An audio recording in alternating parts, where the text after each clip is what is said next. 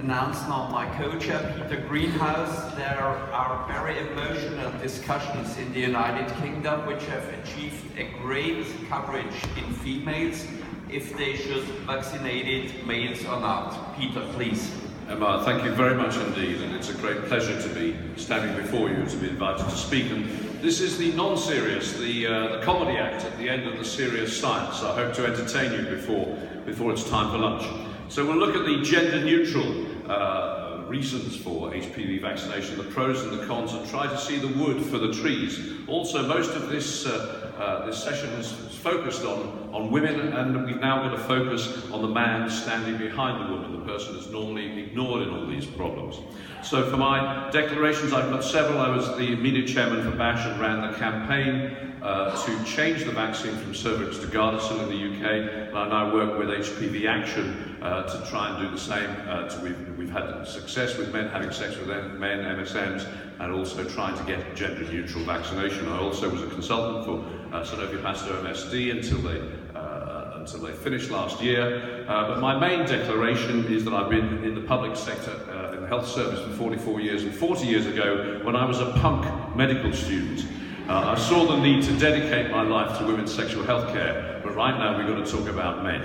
So let's talk about men, and basically this argument comes down to an argument between ethics and equity versus economics. And we're now talking about an argument specifically for vaccination in countries where there is a high population coverage. We've heard that there's no doubt that if your coverage is certainly less than 60%, probably less than 80%, there's no reason not to vaccinate the boys, and in fact Vienna's study has shown the benefit of that.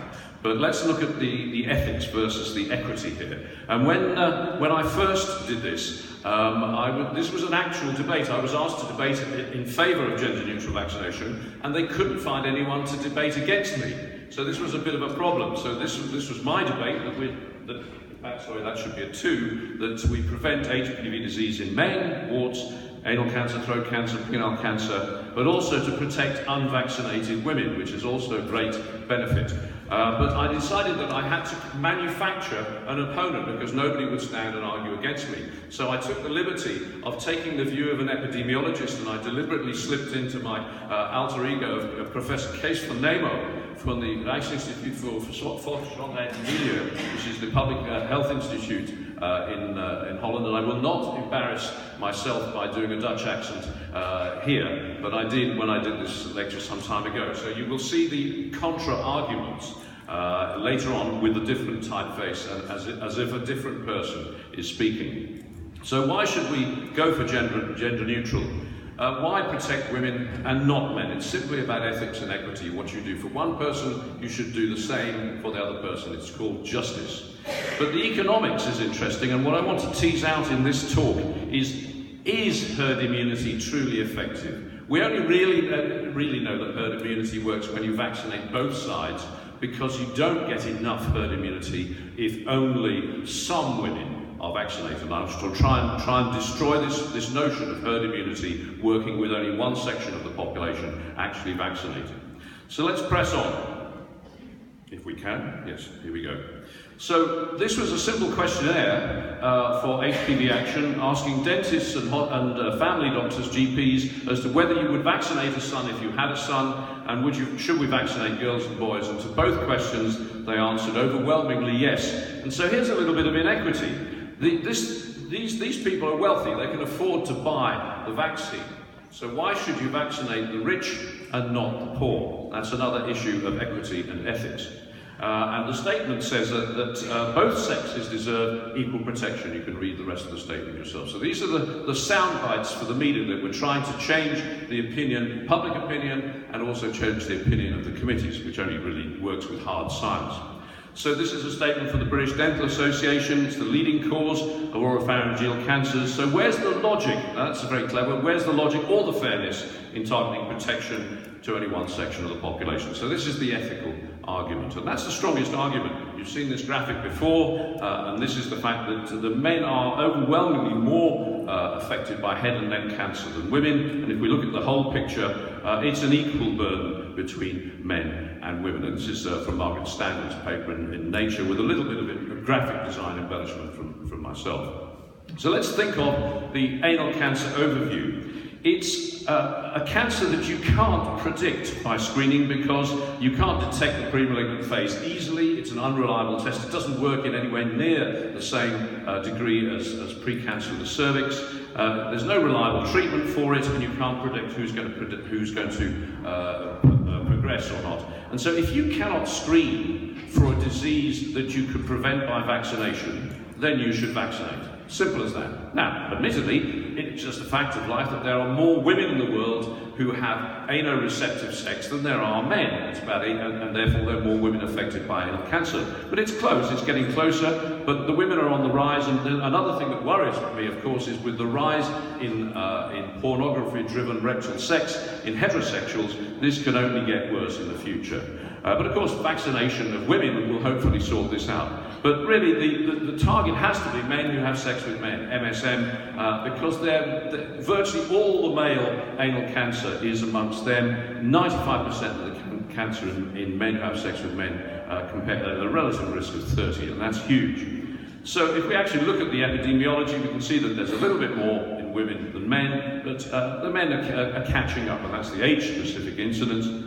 If we then look at squamous cell carcinoma, this is data from Australia, we can see that the men are certainly catching up after 1996 and the arrival of antiretroviral therapy that's actually effective. So these people are going to survive a long time with reasonable immunity, but slightly poorer immunity than the average person. So this can only get a larger cohort over time.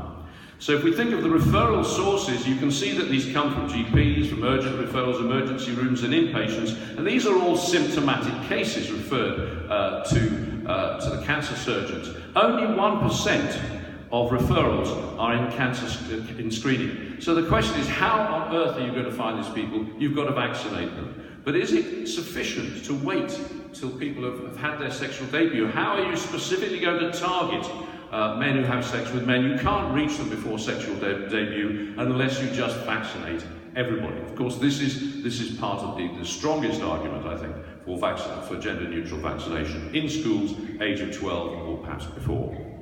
So let's think about oropharyngeal cancer. There's been a 50% increase in the last 15 years, and it's a terrible mortality rate because they all present at late-stage disease. There's little or no warning, and therefore you cannot screen for this cancer. It's already too late by the time they are symptomatic.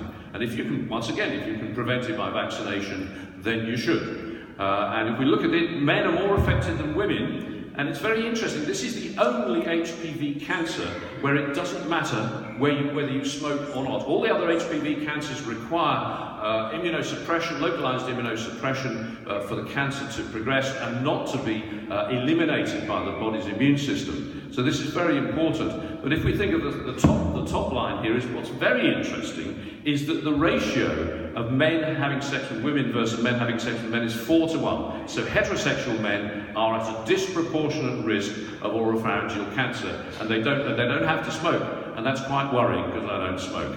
Anyway, there we go.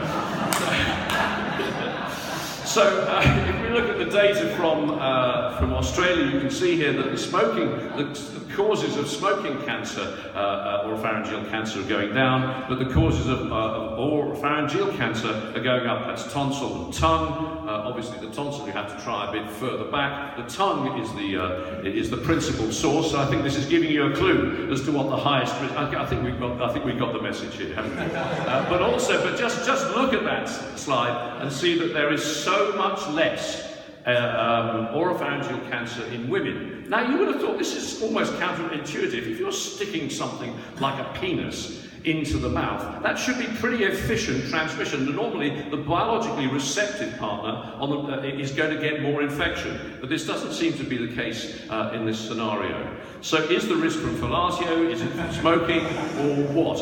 And you've seen some of this. Well, this is fellatio, demonstrated by our friend here.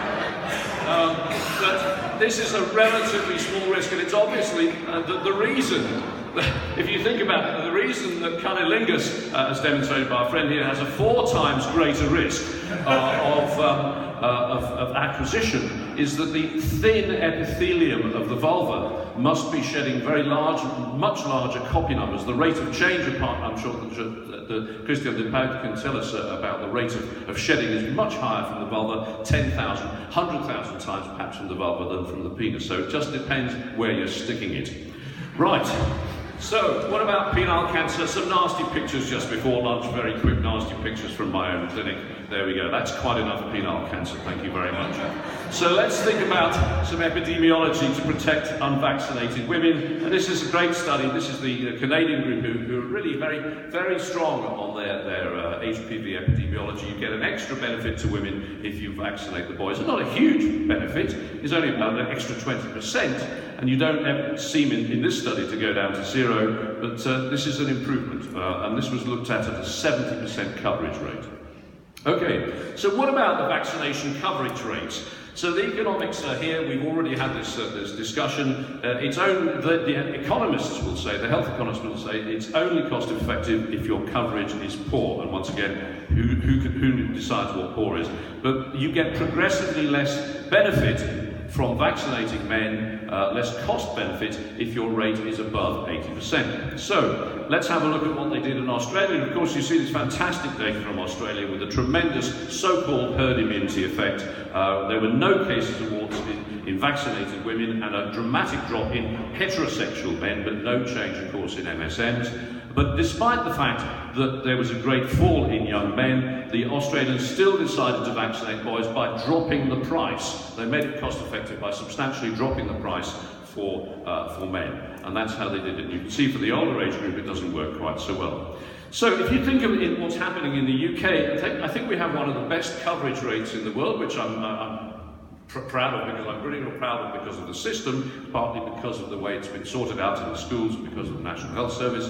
So there's an 87.3% coverage rate, and this is the number, if you like, the NNT, the number you needed to treat to get to what we might call a safe, herd-protected environment. Or is it?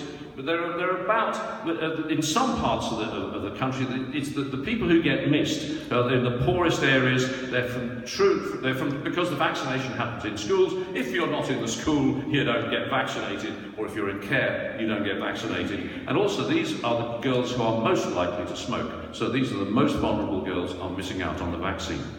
So I'd like you now to you've heard of NNT, that's the number needed to treat. I'd like to introduce an epidemiological concept, which an idea that I had myself, the NNM, the number needed to meet. How many women would you have to meet per vaccine coverage rate to be able to be exposed to HPV? And then NNN is quite good here. So the UK rate, it's about 7 or 8. But if you get down to a 67% coverage, you only have your average young man, heterosexual man, only has to meet 3 women before they get they might get exposed. So that's important. And if we look at the best and the worst in the UK, the number needed to meet across the country is about 8. But in the best, you have to meet 32 in Swindon. But if you go to the worst place, where only 50% are vaccinated, your number needed to meet is only 2. And I put it to you, certainly in those part of the country, that part of the country, you've got to vaccinate boys as well, because that's the only way you're going to get a benefit. So let's go across to my friend in Holland and see how he would argue against all these things. And he would say that this is specifically about the case of vaccination of boys in high vaccination coverage areas. Well, there's some great public health modelling work, and he would tell you all about how wonderful the work is. There's a huge amount of work that's been going on, particularly in the UK. We'll show you 1 or 2 of the bits of information. Also, we know that vaccination does have an effect after sexual debut. There is some sort of an improvement, and even men who have sex with men can be vaccinated up to the age of 45 and still derive some benefit. The cost-benefit analysis has been done on that. Also, why just spend money blanketly vaccinating everybody when you could go into the areas of poor coverage and put a bit more resource in and try harder? And could there be some other interventions? Finally then, the epidemiologist would say that herd protection works in Australia, in Denmark and Britain, and they'll tell you about that in a minute. But this is the Canadian group looking at a mathematical model without any other considerations of people moving into Canada. Just if people stayed in Canada and only 70% of girls were vaccinated, they would get complete eradication within about 20, 25, 26, 28 years. So there we go. And also, does it matter if you vaccinate less? Even if you vaccinate, for instance, at 25 or 30, there is less CIN2-3, less cervical cancer, and less mortality predicted in this model than if you take an unvaccinated population. So it's always good to vaccinate at any age. What about subsequent disease? And this is Elmar, this is his data. I hope I've got it right. Is that if you take people who've already had high-grade disease and vaccinate them, the ones that have been vaccinated, the unvaccinated ones do badly. So there's a 46% reduction in recurrence rates. So vaccination is useful after proven HPV disease. And what about men having sex with men? Will they benefit from late vaccination? Well, we know that if you look at this data from Australia about the HPV-16 seroprevalence in men having sex with men, sorry, the slide has gone off a little bit there, but it's across the board about 50%, just under 50% for HIV positives. For HIV negative men, it increases over time.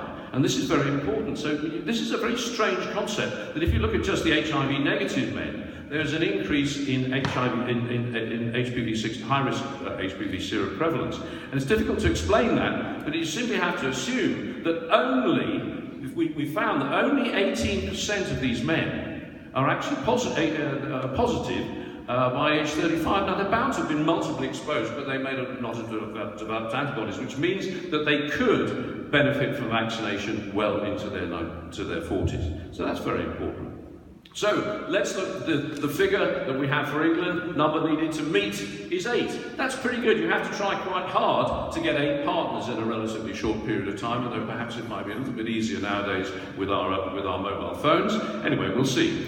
So let's have a think about this protection. In Wales, a very poor area called Merthyr has the best coverage because they put extra resources in. And a very rich area in Monmouth unfortunately demonstrates what we call the Wakefield effect of people reading the newspapers, intelligent people thinking, oh, do I really want to vaccinate my child just in case? It's a big, big problem. So the suggestion, of course, from the epidemiologists is put more money in, work a bit harder, put more resource into the areas where you have less coverage, and it will work. And a final thought is that herd protection will definitely work in England, and there are a number of reasons. You just think about British people on holiday. They go on holiday, they have absolutely zero language skills, they can only speak English, and so when they're on holiday, Brits do Brits. That's the way it goes. You just have to know that. So, that's the summary of my epidemiology friends.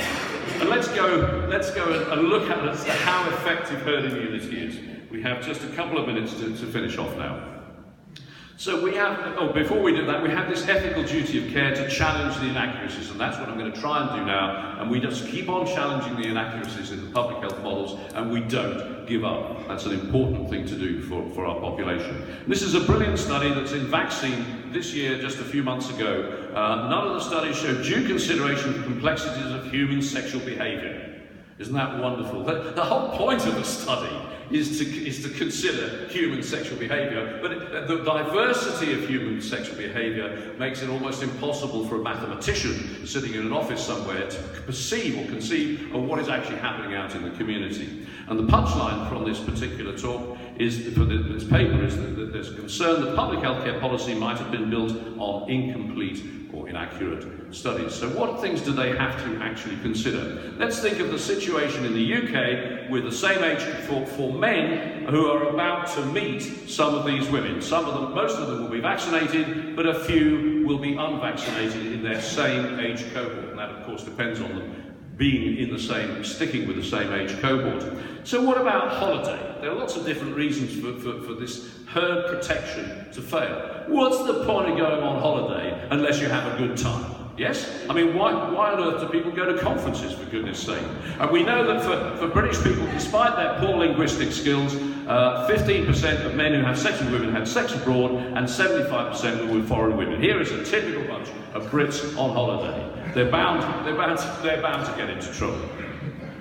So what about the age difference? There are a lot of other things that we could look at here, but let's just pick the age difference. There has been absolutely no consideration whatsoever for the differential age between younger men taking older women, and we have the most wonderful and perfect demonstration of this in France. Isn't that just absolutely brilliant? But I'm sure she hasn't been vaccinated.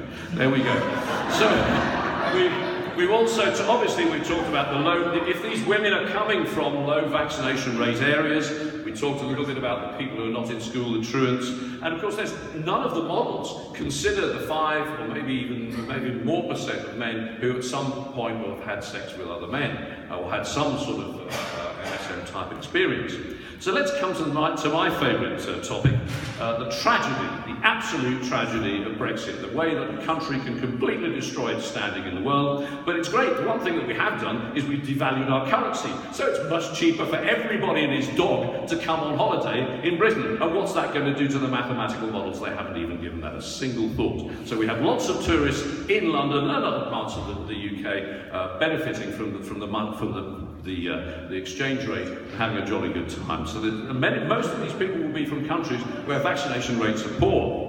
What about the Tinder effect? Well, isn't it wonderful? If the number needed to meet in the UK is 8, maybe 10, 15 years ago you'd said maybe 8, you'd have to try quite hard, you'd have to work very hard to get 8 partners in a short period of time. Now, thanks to the wonders of Tinder on our mobile phones, and anybody, some of you were on Tinder. Okay, jolly good. Right, well you can get it won't take you very long to get 8 partners. So this just hasn't been factored into the mathematics. So finally we have oh yes, there's something else about Tinder that I just wanted to say, and this is very important. And the nice thing about it though is that if you see somebody that you don't like, isn't it nice that you can just swipe left? If only we could do that in real life. Okay, finally then we have the so-called Wakefield effect, named after Andrew Wakefield, the doctor who falsified the measles, mumps and rubella data. He is now working in the United States with Donald Trump's backing. Isn't that a tragedy? And of course, we don't actually have a solution for some of these countries or these areas where the local population have thought, oh, maybe the vaccination's dangerous. We've got to do something about it. Okay, let's just also finally look at the macroeconomic simplistic view. I'm not an economist, but I decided to do this, and the calculation was originally done in pounds, but because I'm a good European and the pound is just worth the same as the euro, it's still the same calculation. So that if you balance one against the other, there's no contest. Just get on and vaccinate the boys. What about other lost opportunities? A couple of seconds right at the end here. To say that one thing that we've got to do is to make sure that people stop smoking. And I've often asked Jorma and Elmar as to whether they looked at the smoking characteristics of the smoking habits of the people who failed in the vaccine trials.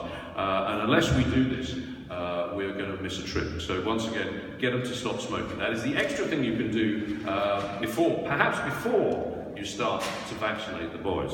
So that's about the take-home message. Is really very, very simple indeed. Just, if you want to, in fact, Jorma gave my take-home message, is simply, just do it. And if we're thinking about this as an equality thing, just do it. There is one other characteristic that the mathematical modelers cannot, a human characteristic, that the mathematical modelers will never be able to model. And it's something that's very important for people's sexual health. It gives people life. It's something that also I see in the audience here. And that's this very important quality of enthusiasm. Thank you very much indeed.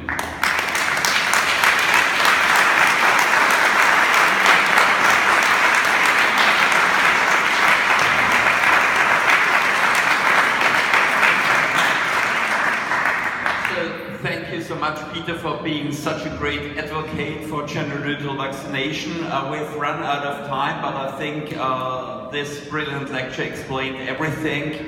And we have one household announcement from the Society's president. Thank you, Peter. Thank you, Elmar. Fantastic session. I'm sorry we